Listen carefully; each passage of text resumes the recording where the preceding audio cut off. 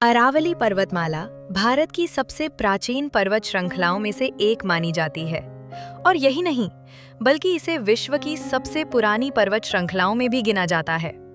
वैज्ञानिकों के अनुसार अरावली पर्वतमाला की आयु लगभग 1500 से 2500 मिलियन वर्ष पुरानी मानी जाती है, यानी ये हिमालय से भी कहीं अधिक पुरानी है।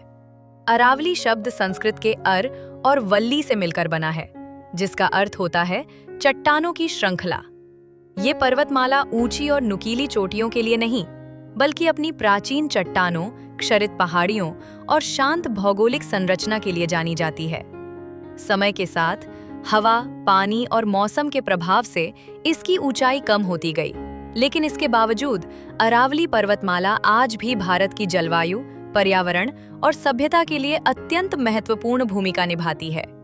ये पर्वतमाला न केवल भूगोल की दृष्टि से अहम है, बल्कि भारत के इतिहास, संस्कृति और प्राकृतिक संतुलन में भी इसकी गहरी छाप देखने को मिलती है।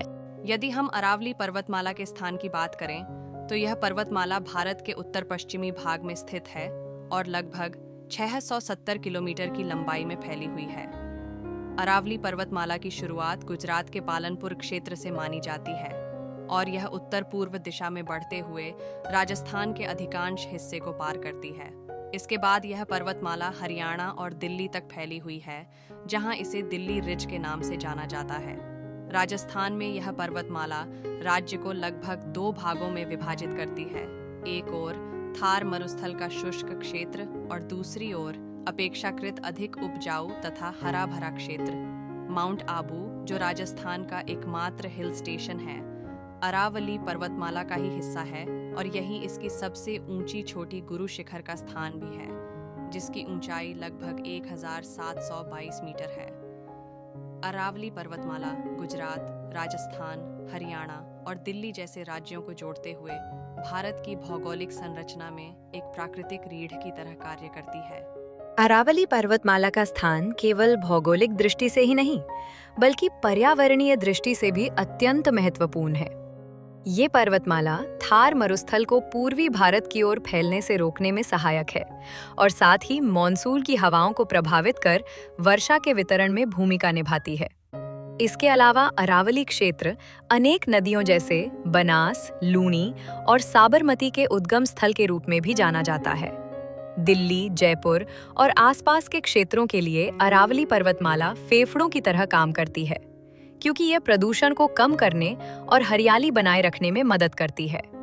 इस प्रकार अरावली पर्वतमाला केवल एक पर्वत श्रृंखला नहीं, बल्कि भारत के प्राकृतिक संतुलन और मानव जीवन के लिए एक अमूल्य धरोहर है। अरावली पर्वतमाला का महत्व केवल इसकी प्राचीनता तक सीमित नहीं है, बल्कि यह भारत के पर्यावरणीय संतुलन की रीढ़ मानी जाती है। ये पर्वतमाला उत्तर पश्चिम भारत में एक प्राकृतिक अवरोध के रूप में कार्य करती है, जो थार मरुस्थल की रेतीली हवाओं को दिल्ली, हरियाणा और पश्चिमी उत्तर प्रदेश जैसे घनी आबादी वाले क्षेत्रों में फैलने से रोकती है। यदि अरावली पर्वतमाला न होती, तो रेगिस्तान धीरे धीरे उपजाऊ मैदानों को भी अपनी चपेट में ले लेता। यही कारण है कि अरावली को भारत की ग्रीन वॉल भी कहा जाता है, जो मरुस्थलीकरण के विरुद्ध एक मजबूत ढाल की तरह काम करती है। अरावली पर्वतमाला जल संरक्षण और भूजल स्तर बनाए रखने में भी अत्यंत महत्वपूर्ण भूमिका निभाती है।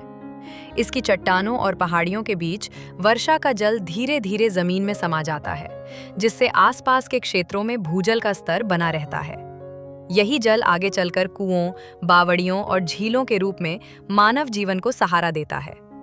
प्राचीन काल में इसी कारण अरावली क्षेत्र में अनेक जल संरक्षण संरचनाएं बनाई गई थीं, जिनमें राजस्थान की प्रसिद्ध बावड़ियां और तालाब शामिल हैं। आज भी दिल्ली, राजस्थान और हरियाणा के कई क्षेत्रों की जल आपूर्ति प्रत्यक्ष या अप्रत्यक्ष रूप से अरावली पर निर्भर करती है। जैव विविधता के दृष्टिकोण से भी अरावली पर्वतमाला अत्यंत समृद्ध है। यहाँ शुष्क पर्णपाती वन पाए जाते हैं, जिनमें नीम, धोक, खेजरी, बबूल जैसे वृक्ष प्रमुख हैं। ये वन न केवल मिट्टी को कटाव से बचाते हैं, बल्कि कई दुर्लभ वन्य जीवों का प्राकृतिक आवास भी हैं। अरावली क्षेत्र में तेंदुआ, सियार, नीलगाय, लोमड़ी, सांभर और अनेक पक्षी प्रजातियां पाई जाती हैं। ये पर्वतमाला दिल्ली और आसपास के शहरी क्षेत्रों के लिए एक प्राकृतिक जैव विविधता केंद्र के रूप में कार्य करती है, जो शहरीकरण के दबाव के बावजूद जीवन को संजोए हुए है। अरावली पर्वतमाला का सांस्कृतिक और ऐतिहासिक महत्व भी उतना ही गहरा है। प्राचीन सभ्यताएं अरावली के आसपास विकसित हुईं, क्योंकि यहाँ जल, वन और सुरक्षित निवास की उपलब्धता थी। राजपूताना काल में कई किले, दुर्ग और नगर अरावली की पहाड़ियों पर बनाए गए, जिनमें कुंभलगढ़, चित्तौड़गढ़ और रणथंभौर जैसे ऐतिहासिक स्थल शामिल हैं। इन पहाड़ियों ने न केवल प्राकृतिक सुरक्षा प्रदान की, बल्कि भारत के गौरवशाली इतिहास के साक्षी भी बने। अरावली पर्वतमाला भारतीय सभ्यता और संस्कृति की मूक प्रहरी के रूप में सदियों से खड़ी है। आज के समय में अरावली पर्वतमाला का महत्व और भी बढ़ गया है, क्योंकि ये जलवायु परिवर्तन के प्रभावों को कम करने में सहायक है। ये क्षेत्र कार्बन डाइऑक्साइड को अवशोषित कर वातावरण को शुद्ध करने में मदद करता है और तापमान को संतुलित बनाए रखता है। दिल्ली जैसे महानगर के लिए अरावली पहाड़ियां फेफड़ों की तरह काम करती हैं, जो प्रदूषण को कम कर स्वच्छ हवा प्रदान करती हैं। यदि अरावली का संरक्षण नहीं किया गया, तो इसके दुष्परिणाम आने वाली पीढ़ियों को भुगतने पड़ सकते हैं। इस प्रकार अरावली पर्वतमाला केवल पत्थरों और पहाड़ियों की श्रृंखला नहीं है, बल्कि ये भारत के पर्यावरण, जल संसाधन, जैव विविधता, इतिहास और मानव जीवन का अभिन्न हिस्सा है। इसका संरक्षण करना केवल सरकार या किसी एक संस्था की जिम्मेदारी नहीं, बल्कि प्रत्येक नागरिक का कर्तव्य है, क्योंकि अरावली का अस्तित्व ही हमारे भविष्य की सुरक्षा से जुड़ा हुआ है। अरावली पर्वतमाला केवल चट्टानों और पहाड़ियों की एक श्रृंखला नहीं है, बल्कि यह हजारों वर्षों से भारत की प्रकृति, सभ्यता और जीवन का मौन रक्षक बनी हुई है। जिस पर्वतमाला ने मरुस्थल को आगे बढ़ने से रोका, जिसने नदियों को जन्म दिया, जिसने जंगलों और जीव जंतुओं को आश्रय दिया और जिसने करोड़ों लोगों को शुद्ध हवा और पानी प्रदान किया, आज वही अरावली सबसे अधिक उपेक्षा का शिकार है।